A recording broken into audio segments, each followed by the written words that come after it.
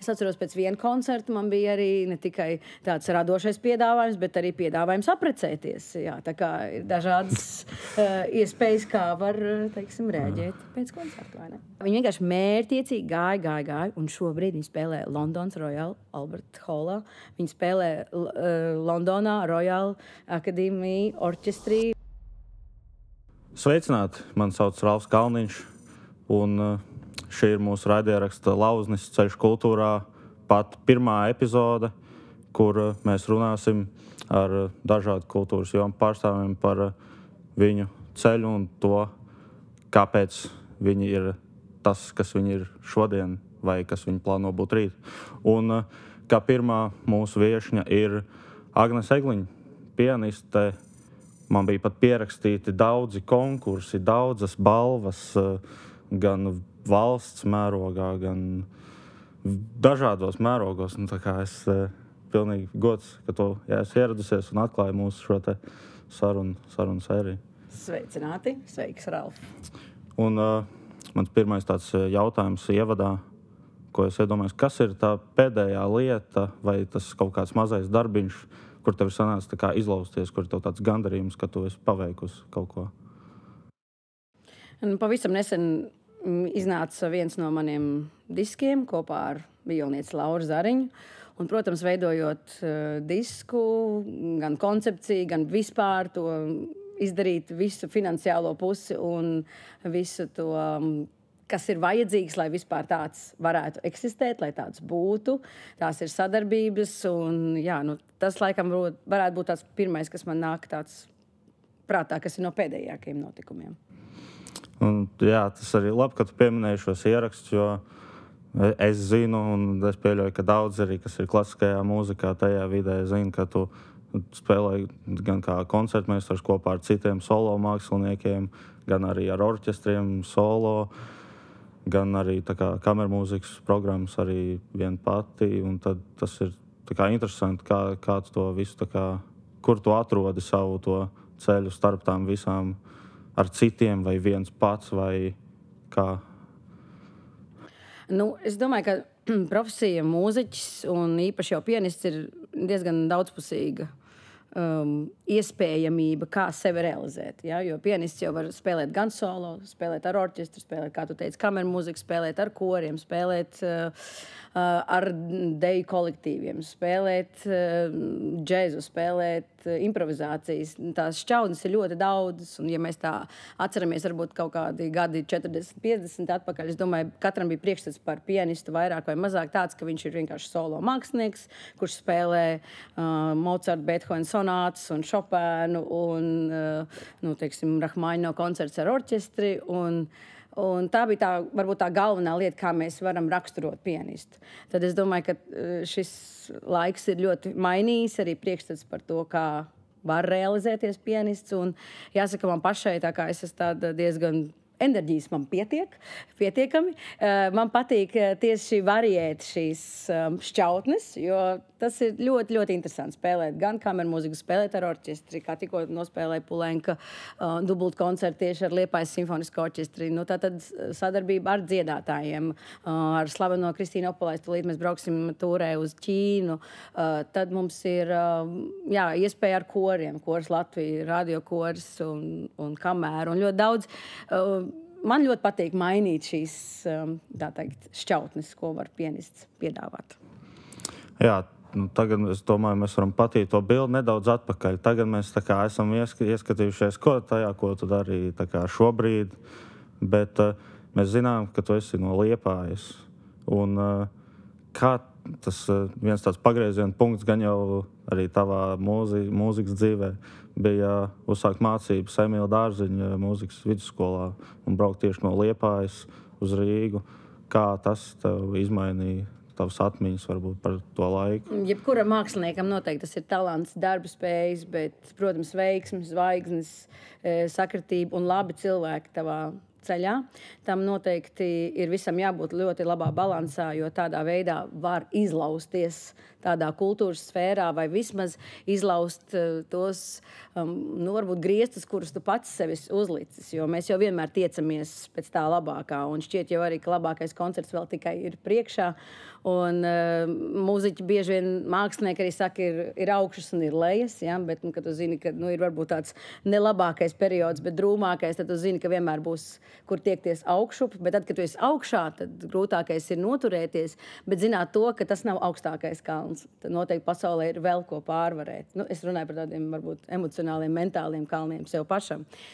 Un, jā, manā dzīvē ir bijuši ļoti daudz cilvēku, kur man ir palīdzējuši. Es esmu dzimusi, augusi Liepājā un pirmo izglītību tieši arī iegūlu Liepājas mūzikas vidusskolā. Un tad kaut kādā no konkursiem, tāpēc ir vajadzība katram piedalīties tādos, vismaz parādīties, jo mēs nekad nezinām, kādi cilvēki var tevi klausīties. Arī koncertā mēs to nezinām, tāpēc katrs koncerts mums ir īpaši noteikti, jo ir bijuši dažādas situācijas, kā pēc kāda koncerta tev noteikti seko nākamais koncerts, jo kāds klausītājs, varbūt vai aģents vai kāds no koncerta rīkotājiem, organizatoriem ir bijis konkrētajā koncertā, un tad jau tā sadarbība darbojas tālāk. Bet atgriežoties pie bērnības, jā, tad man bija kaut kādi 11 gadi, un kādā no konkursiem mani sadzirdēja kāds no Emīla Dārziņa mūzikas vidusskolas pedagogiem, un tad jau aizskatuvē ar mani parunāja vairāk ar maniem vecākiem, vai būtu tāda iespējamība, ka es varētu vispār vēlētos turpināt savus mūziķu gaitas, un tad jau bija aicinājums doties uz Rīgu, un tā es nonācu Emīla Dārziņa mūzikas vidusskolā. Tur jau sākās parastā lielā dzīve, vai ne tā? Traumatiskā. Uz to var arī skatīties tā, man pašam arī ir diezgan līdzīga pieredze, jo es pavadīju savus mūzikas vidusskolas gadus Ventspilī. Tā kā sākās dzīve, mēs varam vārdam dzīve izdzīvot, dzīvot, sadzīvot, nodzīvot, piedzīvot. Ja? Šī sakne dzīvot mums ļoti daudz ko var parādīt. Un laikam, es teikšu tā, es jebkuru no šīm sfērām piedzīvoju tieši esot skolā, Emīla Dārziņa mūzikas vidusskolā, jo, protams, kā tā atšķirība bija diezgan liela, un tie bija noteikti man lielākie pārbaudījumi. Neskaitāms reizes vēlējos pārtraukt, muzicēt vai pārtraukt mācības, bet es esmu pateicīga arī visiem atbalsta radošajiem gariem, kuri man tur stāvēja klāt, jo, protams, tas bija noteikti tāds, tāds profesionāli piepildīts laiks, jo tev vienkārši ir jāpilnveido sev, bet īstenībā es domāju, visi tie 11 gadi līdz pat 25 gadiem, ka tev ir vienkārši jāmācās, tev ir jādarbojas, tev ir spēka gadi, tev ir muskuļa gadi, kurus uztrenēt arī kā pianistam, kur uztrenēt savu tehniku, uztrenēt vispār savu vēlmi darboties tajā mūzikā. Un noteikti, ko es sajūtu, šajā skolā bija ļoti daudzi, visi bērni spēlēja instrumentus, kaut kādus instrumentus. Viņi visi bija saistīti ar mūziku. Un tā bija tā vide, un tā bija tā domu biedrība jau tajā laikā, ko es sapratu, kas man ļoti saista. Tātad cilvēki ar tādām līdzīgām vērtībām vai līdzīgām interesēm, kādas ir tev. Un tāpēc jebkuram māksliniekam ir ļoti svarīgi atrast savus dombiedrus apkārt, kuri var iedvesmot, jo nezinu, vai mēs kā mākslinieks, protams, mēs varam iedvesmoties. Man iedvesmo visdažādākās intervijas, piemēram, varbūt kāds fiziķis, ko ir izteicis, vai kāds ķīmiķis, bet droši vien ilgstoši jebkurā no šīm sfērām, es laikam nevarētu darboties, jo tikai uzturēties, jo man ir vajadzīga tā mākslinieckā vide apkārt. Jā, interesanti. Tu šajā visā, ko tu stāstīji, pieminēji daudzas lietas, par kurām es vēlējos arī parunāt, un viena no tām tu pieminēji par mentoriem, par līdzīgi domājošiem cilvēkiem. Un zinām, ka tas ir katram, protams, individuāli, bet ir cilvēki, kuriem ir svarīgi, ka viņiem ir kāds mentors, ir cilvēki, kuri mēģina vairāk vieni paši. Bet vai tev ir kāds arī vai skolas laikos, vai arī pat tagad kāds, kuru tu varētu saukt par savu mentoru, vai kāda, ja tāds nav, piemēram, kāda domu biedru grupa, kur jūs varat dalīties savās kādās pārdomās, tāda atbalsta sistēma, tā to mūsdienās sauc pareizi laikam. Sistēma izklausās ļoti neradoši, es teiktu uzreiz, ja? Bet mentors, jā, es domāju, vairāk es tieši esmu kopā ar saviem mūziķiem, dombiedriem, un tas mēģinājuma process jau ir tas skaistākais, jo īstenībā tas, ko klausītājs, skatītājs neredz, tas ir stundām ilgi mēģinājumi, un tad tas viss tā paskrien pusotrā stundā, mums aplaudē, pasniedz ziedus, un viss ir beidzies, jā, bet, ja tā nopietni, protams, ka tās ir daudz stundas, kurās mēs pavadām kopā ar mūziķiem tieši aizskatuvē, mēģinājumu procesu, un mentori, jā, varbūt, ka man mentors tieši saistās noteikti ir skolotāji, pedagogi. Es esmu ļoti pateicīga daudziem pedagogiem savā dzīvē, bet es domāju arī, ka tā kā es esmu pats pedagogs arī, man liekas, ka man ir svarīgi jebkuram audzēknim iemācīt domāt un jebkuram audzēknim iemācīt būt patstāvīgam vai jebkuram iemācīt to, ka es neesmu jau vairāk vajadzīga, īpaši jau pēc mūzikas akadēmijas beigšanas. Tātad šis process ir iziets tā, ka jaunietis zina, ko darīt. Jaunietis saprot, kas būtu viņam nevis jādara, nevis tad, kad beidzās studijas, un tad ko es lai daru, kā koncertu norganizēt, kā programmu, ko es vispār spēlēšu. Man parasti skolotāji iedeva programmu, kāpēc man tagad pašam jādomā, ko es spēlēšu. Ja? Visādas tādas tehniskās lietas, lai galvenais tas ir sevišķi jau tāds akadēmijas process, maģistrantūra, tā ir nepieciešama, lai vienkārši pilnveidot šo mākslinieku, spēt pašam, tā kā slimnīcā izņem sistēmas, un tu vari dzīvot pats, ja? Un tas ir tas svarīgākais. Protams, ka ir svarīgi jebkura atsauksme zināmā mērā un arī vēl mazliet uzturēt tās attiecības ar kādu no mentoriem vai cilvēku, kuru tu cieni, kuru tu respektē, uzklausīt viņa viedokli, jo mēs zinām, ka arī mūziķu sfērā mums diezgan bieži nāk kritiķi uz koncertiem, un tad bez koncertiem mēs varam izlasīt, kā tas ir bijis, ja? To mēs arī varam dalīt daudzās daļās.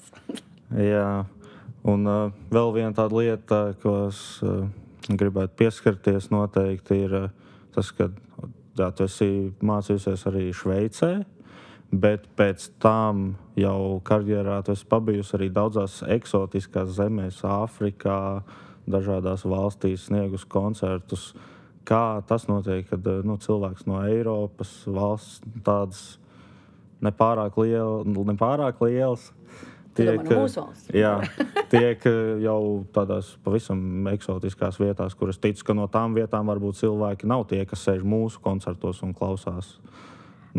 Jā, viss ir par sadarbību noteikti, un mūzika arī man pašai, tā ir tā iespēja, man liekas, ceļot, ne tikai tādā laikā un telpā, tādā fiziskā, mentālā, jo jebkuru komponistu iestudējot, jebkuru komponistu mūziku, piemēram, Bahu vai Mozart vai Beethoven, mēs, lai izprastu labāk šo mūziku, mēs noteikti tiecamies saprast, kas ir bijis svarīgs, kāds dzīves ātrums, kādas dzīves vērtības ir bijušas svarīgas tieši tajā laikā, un arī, jā, es domāju, tāda fiziska ceļošana. Tā man ir vienmēr saistījusi, un iespējams, ka mūzika ir viena no visstarptautiskākajām valodām. Es domāju, arī māksla kopumā.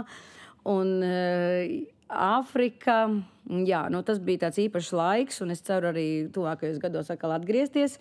Es konkrēti biju 3 valstīs, kas ir Zimbabve, Zambija un Dienvidāfrikas Republika.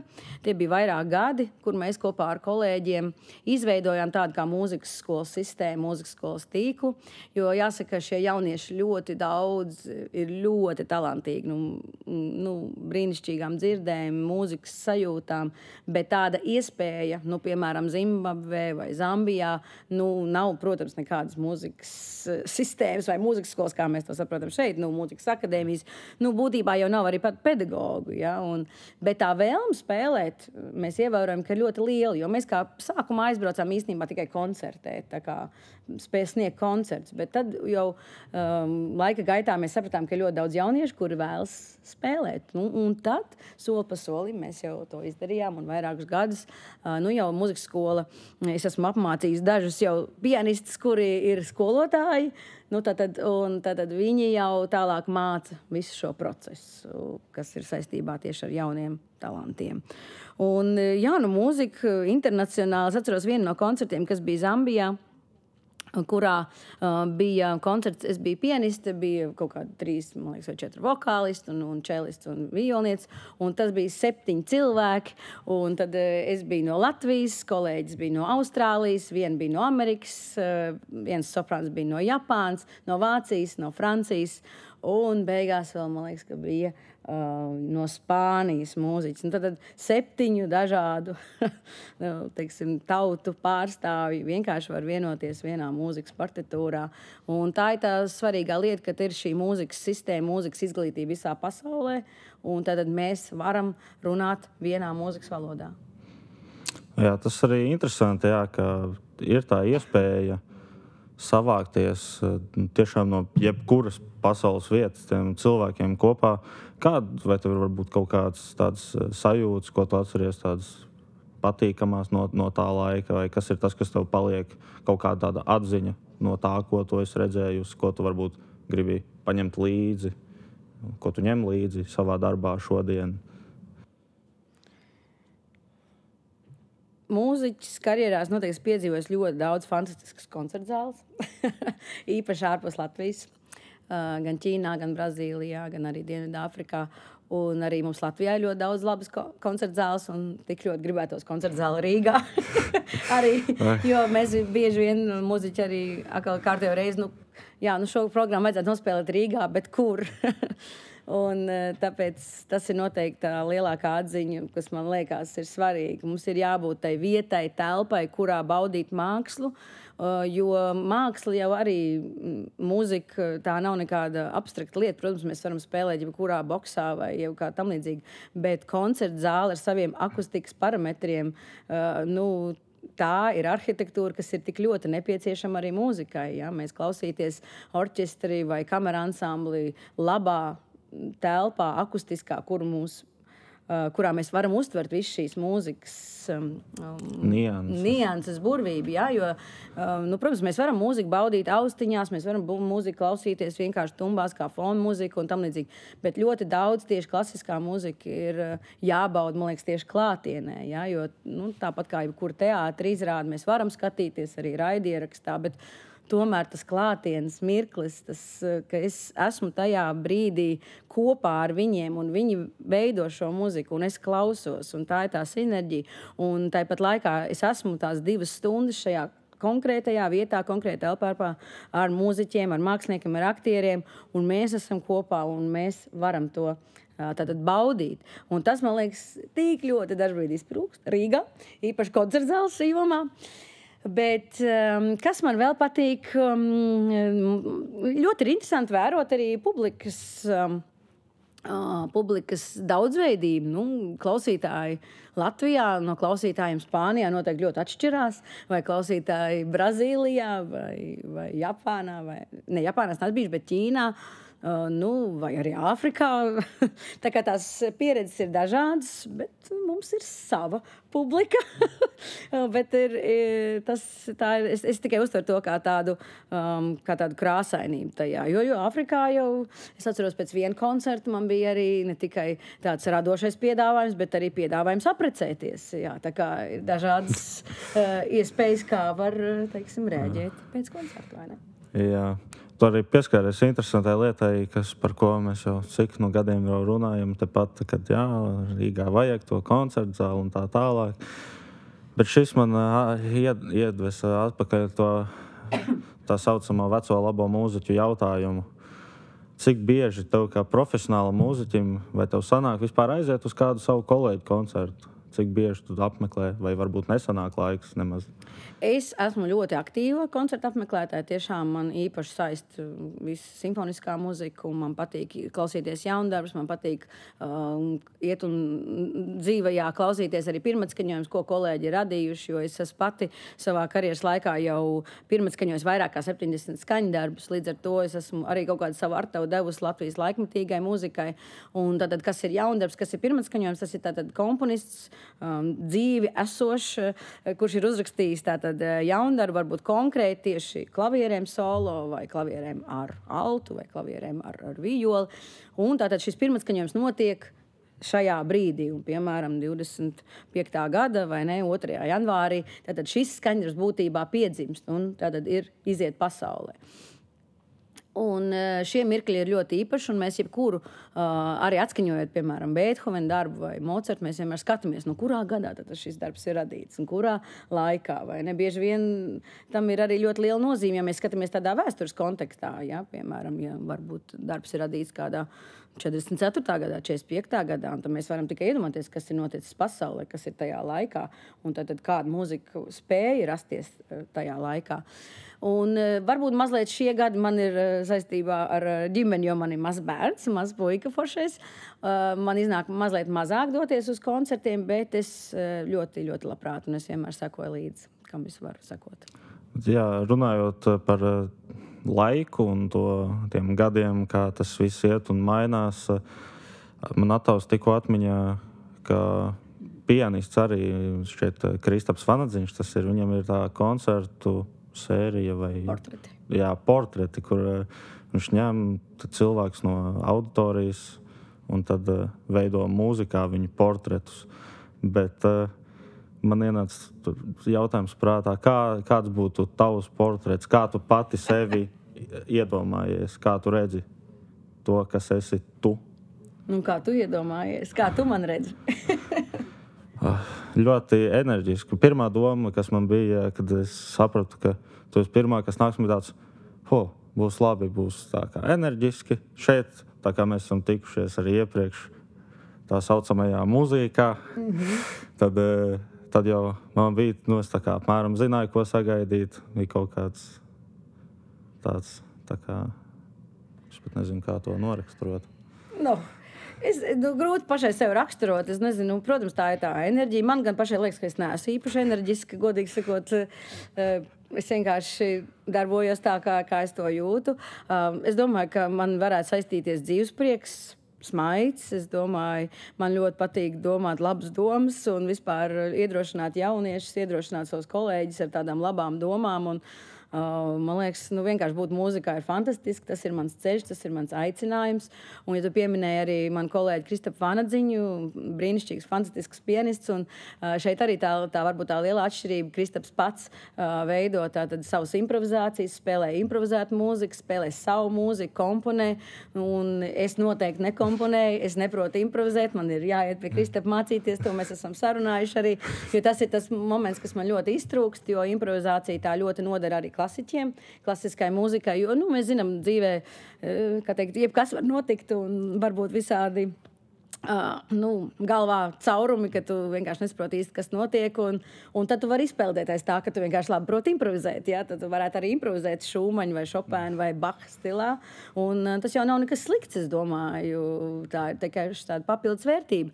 Bet es esmu viens no tiem mūziķiem, kas spēlē vairāk tieši akadēmisko mūziku, kas ir tad rakstīta mūzika. Ja? Tad mēs saņemam notis, kas ir piemēram no 18. gadsimta, un mēs viņus būtībā lasām kā vēstuli, kā dzēju, kā kaut kādu vēstījumu, un tad mēs viņu savā galvā, tāpat kā aktieri, mēģinam viņu izprast un saprast un izveidot, un būtībā mēs izējam koncertā, izējam uz skatuves un kaut kādā ziņā atstāstam tiem klausītājiem, kuri varbūt paši nav pietiekami profesionāli, lai varētu nolasīt šo muziku, vienkārši klausīties, piemēram, vēstījums no 18., 19. un 20. un 21. gadsimta, protams.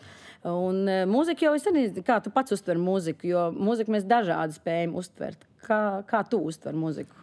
Es pat nezinu, šie jautājumi man vienmēr tādi izraisa kaut kādu pat grūti noraksturot pārdomas, vai ko es īsti, man šķiet, neesmu sapratis tā kā līdz galam pats, kā es to uztveru, jo tas ir kaut kā tā citreiz vairāk caur to emociju, ko tas izraisa, citreiz vairāk tiešām kā vēstuli mēģina tā kā saprast to, kas tur ir domāts varbūt, bet pie tādas konkrētas atbildes es neesmu nonācis, un es šaubos, vai es kādreiz nonākšu.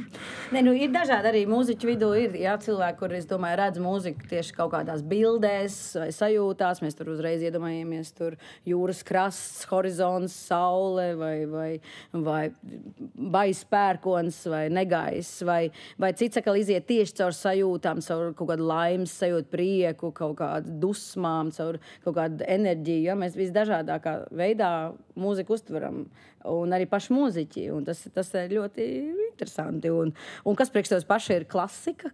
Ko nozīmē? Ja tev pateikt, klasika ir, ko tu man atbildētu? Ja es tev pateiktu, klasika.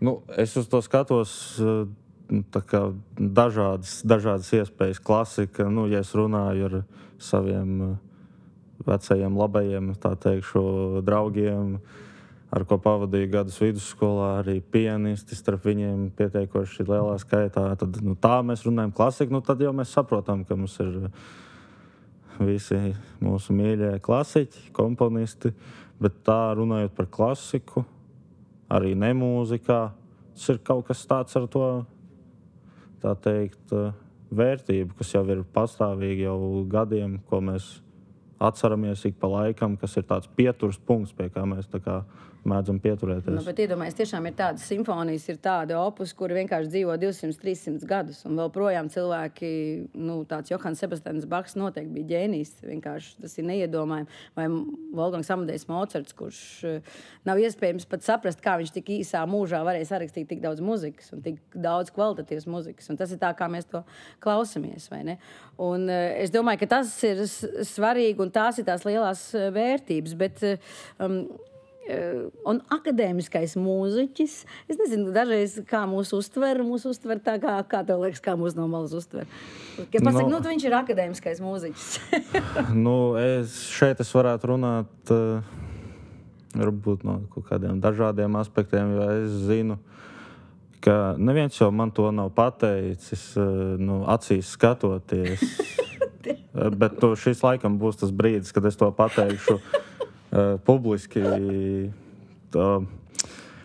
ka tā uztver par to, ka ir cilvēki, kuri uztver arī to, kā es nodarbojos ar klasisko mūziku, to laiku uztver, teiksim tā, nepārāk tā kā labvēlīgi skatījās uz to, tā to varētu noraksturot. Bet ir cilvēki, kuriem tas tiešām šķiet interesanti, un tad arī pat, ja viņi ar to nenodarbojas tā kā ikdienā, tāpēc grūti pateikt, kas ir tāds, kā klasiskos mūziķus redz tā kā visi, jo katrs tāpat redz savādāk. Ir gan jau kaut kādas tās iezīmes, ko cilvēki redz vairāk, mazāk. Bet klasiskai mūzikai ir savas arī vērtības, protams, tā zināmā mērā citreiz arī ļoti nomierina. Saka, ka tieši klausīties klasisko mūziku, piemēram, sastrēgumos, sēžot mašīnā, tas ir ļoti pat ieteicams. Ja? Vienīgi, ja neskan tādi beethoveniski akordi, kas ir pēkšņie, ja? Tad var salikties. Bet es domāju, ka kas ir tā lielā, man liekas, foršā lieta, ka tā mūzika ir tik ļoti daudzveidīga. Tāpat tās klasiskai mūzikai, tā ir jaunā mūzika, laikmetīgā mūzika, kas daudziem patīk, elektroniskā mūzika, tas pat akadēmiskā mūzika, džess, blues un tā tālāk. Un mēs varam izvēlēties tas, ko man gribētos aicināt bieži vien daudzus klausītājus būt tādiem, tas, ko es redzu, varbūt ārpus Latvijas biežāk tā lielā atvērtība. Jā, varbūt man īsti nesaist tā laikmetīgā muzika, bet man ir interesi aiziet un saprast, piemēram, ko tad komponists šogad ir uzrakstījis, vai ne? Un paklausīties. Varbūt tas nav tāds mans aicinājums katru mēnesi doties uz tādu koncertu, bet reizi pa reizei noteikti būt atvērtam un paklausīties. Un tāpat uz jebkuru no citiem. Mēs varbūt, man liekas, dažbrīd, man patīk tikai klasiskā mūzika, un tad es neko citu neklausos, vai tikai tur seno mūziku, vai man liekas, tajā daudzveidībā, un tad, kad to iepazīst, ir ļoti daudz cilvēku arī, kur atnāk uz laikmetīgo mūzikas koncertu un pēkšņi saprot, cik tas ir kolosāli, un viņam ļoti paticis, ja, un varbūt priekšnesums un mūziķis ir bijis ļoti pārliecinošs, tās personība, tev pat, tu sāc vairāk interesēties par to, un tā jebkuru citu sfēru, mēs taču dodamies uz izstādēm, mēs dodamies un baudam visdažādāko laikmetu mākslu. Un skatāmies arī filmas visdažādākās, vai ne? Un citam patīk romantiskās un traģiskās, un citam krimiķi patīk, un citam patīk dokumentālās. Un, tā kā man patīk, ka tā žanri ir tik ļoti daudzveidīgi, un tas ir...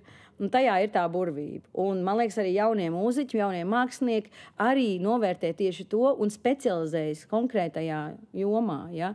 Un es domāju, ka tas ir tas svarīgākais, kas ir vajadzīgs arī mums tā kā mazai nācijai, jo, ja, piemēram, vajadzētu šovakar kādam Rīgas pilī nospēlēt kaut kādu Jāzepa, Jāņa Mediņa dainu, tad ir piemēram, daži pianisti, kam pieznīt, un tu zini, viņi pēc stundas to var izdarīt. Gan mēs to varētu? Protams, ja vajag, lūdzu.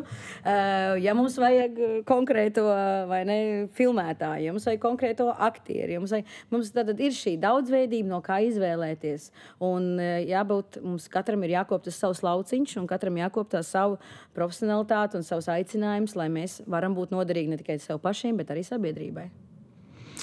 Un tagad mēs tuvojamies tam, kad mums vajadzētu noslēgt, bet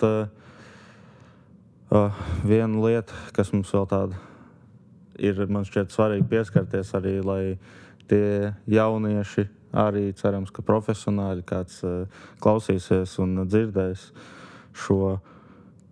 Mēs zinām, ka karjerā, mēs jau runājām, ir augša un pienāk arī tā apakša, tās augstums.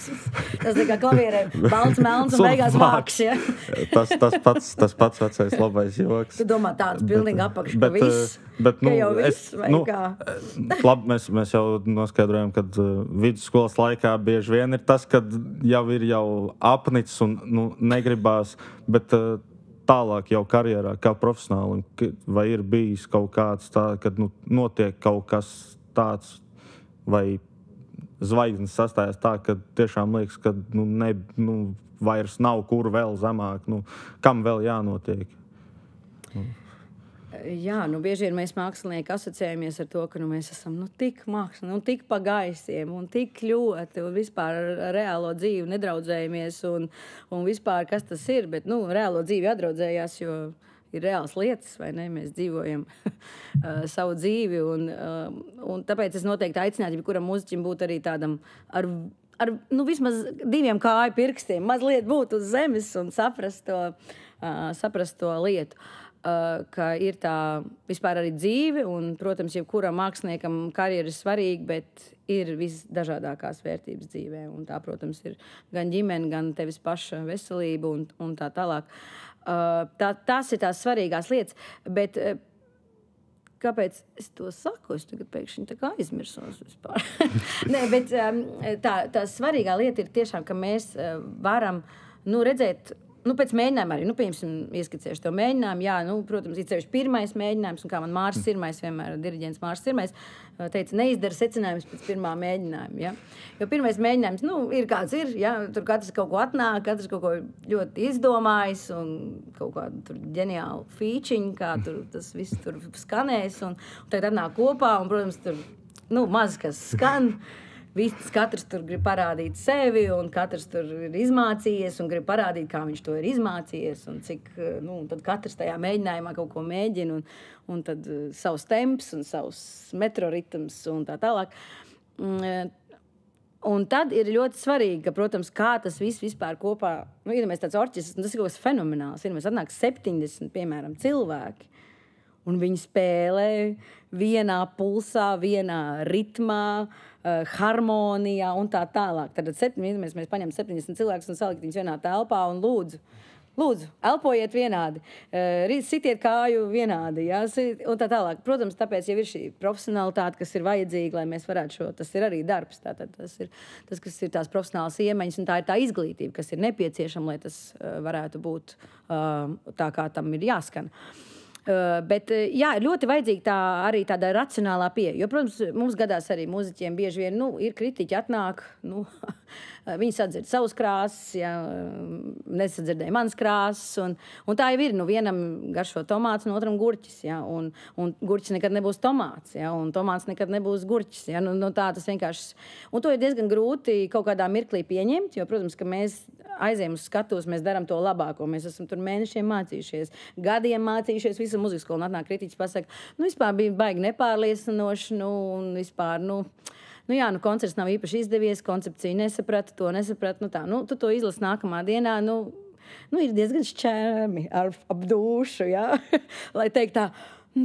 Vieglākais, protams, ir nokritizēt un pateikt, ko viņš vispār tur saprot un tā tālāk. Kaut kāda zināma daļa patiesības noteikti tajā ir, bet ir jāsaprot, labi, tas bija viens koncerts, es izdaru savus secinājumus, bet es eju tālāk. Es eju noteikti tālāk, jo es vēlos iet tālāk, un tā ir tā mana pieredze. Un pieredze uz skatuves, tas ir tas, ko nevar iegūt izglītībā, tā ir pieredze, jebkurā jautājumā. Pieredze var iegūt tikai un vienīgi darot. Un, protams, ka es nespēlēju tā kā 20 gadu atpakaļ, un es nespēlēju pat kā es spēlēju pirms 5 gadiem, jo katru reizi ir kaut kādas jaunas atziņas, katru reizi ir kaut kāda mana pieredze, kas man bagātina savā veidā, un es vienkārši dodos tālāk. Un tas ir tas svarīgākais, atrast arī tos spēka avotus, vienkārši doties tālāk, jo bieži vien, tāpēc ir tā racionālā kāja vajadzīga, jo šī emocionalitāte, mēs zinām, ļoti daudziem mūziķiem vai māksliniekiem beigusies diezgan letāli. Vieglākais ir īstenībā, man liekas, pamest to visu. Tas ir tas vieglākais ceļš un doties it kā kaut ko citu. Bet mēs nekad nezinām, varbūt arī ir tādi dzīves pagriezieni. Es atceros vienu savu audzēkni, kur man likās, viņa nebija tik ļoti... man nelikās, ka mūzika ir viņas tāds īstākais aicinājums. Tiešām man nelikās, bet viņa vienkārši ļoti mērķiecīgi gāja. Un atzīmes viņai tā kā nebija labākās varbūt. Un arī bija daudz pedagogus, viņa aicināja vienkārši doties citur. Tev ir tik labas spējas tur literatūrā, tev ir tik labas spējas tur un tā. Bet viņi vienkārši mērķiecīgi gāja, un šobrīd viņi spēlē Londonas Royal Albert Hallā, viņi spēlē Londonā Royal Academy orķestrī, viņi ir viena no svarīgākajām violniecēm tur, un tad es to novērtēju. Bet ir arī cits stāsts. Es redzu, ka mūziķis iet līdz galam, un pēkšņi tiešām ir tas mirklis, kurā varbūt kāds viņam atklāt pasaka, man liekas, šis nav tavs ceļš, ja tā godīgi. Jo mēs, protams, arī šobrīd šajā laikmetā, kad mums ir mazliet jālaipo, viss ir labi, un tu tik forši spēlē, un tas tik jauks, un tas tik mīļš, un tik turpini. Bet, varbūt es nepasaku to patiesību līdz galam dažbrīd, kas ir tomēr pedagoga uzdevums. Mēs nevaram tikai vērtēt labās lietas, mums ir jāvērtē arī dažādas lietas. Un varbūt tas jaunietis saprot, bet tiešām, hopsā, tas nav mans. Un man varbūt es kaut ko sāku darīt citu, un es zinu fantastiskas dzejnieces, es zinu fantastiskas rakstnieces, kurš šobrīd raksta grāmatas, raksta dzejoļu krājumus, un ir atraduši fantastiski savu ceļu tieši citā sfērā, bet mūzika ir viņas bagātinājusi. Tā kā tas ir ļoti dažādi. Jā, interesanti. Un tagad, kad mēs tiešām jau tuvojamies pašām beigām, mēs tā varētu mēģināt noslēgt ar kaut ko līdzīgu, kā mēs sākām. Ja sākumā es tev jautāju, kas ir tas pēdējais, kas tev ir tā izdevies, vai kuru tu jūti gandarījumu par paveikto, tad noslēdzot, vēlos tev jautāt, kas ir tas nākošais, uz ko tu tā kā skaties, par ko tu domā, uz ko tu koncentrējies, tāds projekts vai kaut kas, ko tu vēlies izdarīt? Jā, es arī atklāšu, ka es arī esmu sākusi savu podcastu sēriju. Un, man ļoti, tas, ko mēs runājām, man ļoti gribas pastāstīt, cik akadēmiskie muziķi ir arī forši. Lai nav tas priekšstats tikai, ka viņi ir tādi, kas tur savā boksiņā spēlē gamiņas un Hanonu vingrinājumus, bet viņi ir dzīvi cilvēki, un es runāšu ar cilvēkiem. Viens no maniem pirmajiem viesiem ir kontrabasists Matīs Eisaks, kurš ir vienkārši pasaules pieredzējis kontrabasists, kurš spēlē labākā vienā no pasaules orķestriem Gewandhaus, un kurā, piemēram, ir vismaz 400 kontrabasistu uz vienu vietu, un kā ir nokļūt caur šīm sietām, un kā ir nokļūt, un kā ir spēlēt vienā no pasaules lielākajām koncertzālēm un skaistākajām, un ar mūsu brīnišķīgo pasaules diriģentu latvieti Andru Nelsonu, ja? Un runāsim par muziku, man gribas parādīt, arī Matīs, piemēram, spēlē metāla grupā, un viņam ir dažādi aicinājumi. Tas ir tas galvenais, podcasts, un var pačukstēt arī, ka es esmu izveidojis arī lēnām čubina savu klavieru studiju, un jau šobrīd man jau ir sava telpa, kurā aicināt ciemos. Un noteikti tas nākotnē attīstīsies ar to, ka, protams, ka jebkurš muziķis var būt arī pedagogs. Un, es vēl sevī tādu pilnīgu aicinājumu šajā nejūtu, bet man ļoti patīk vienmēr meistarklases, kas man ir bijis liels aicinājums, jo man patīk tāda īsa, varbūt satikšanās iedvesmojoša, kas man liekas ir forši, bet ar laiku es jau sāku sajust, kā man gribētos arī pasniegt klavierstundas, un es ceru, ka man būs kādi audzēņi, kur nāks manis ciemos uz manu klavierstudiju. Jā, noslēgumā, protams, vēlos pateikties tev, Agnes, ka tu ieradies pie mums šodien šajās mūsu telpās un padalījies arī ar mani un ar visiem mūsu skatītājiem un klausītājiem ar savu domu gājienu, dzīves ceļu, kā tās lietas ir notikušas tieši tavā dzīvē, tavā ceļā uz to, kas tu esi šodien. Un, jā, protams, es visu mūsu komandas vārdā vēlos pateikties arī Latvijas Kultūras akadēmijai, Nacionālajai filmu skolai, Latvijas Kultūras akadēmijas Latvijas Kultūras koledžai un arī mūsu atbalstītājiem kompānijai Magic Nebula. Paldies un tiekamies nākamajās epizodēs!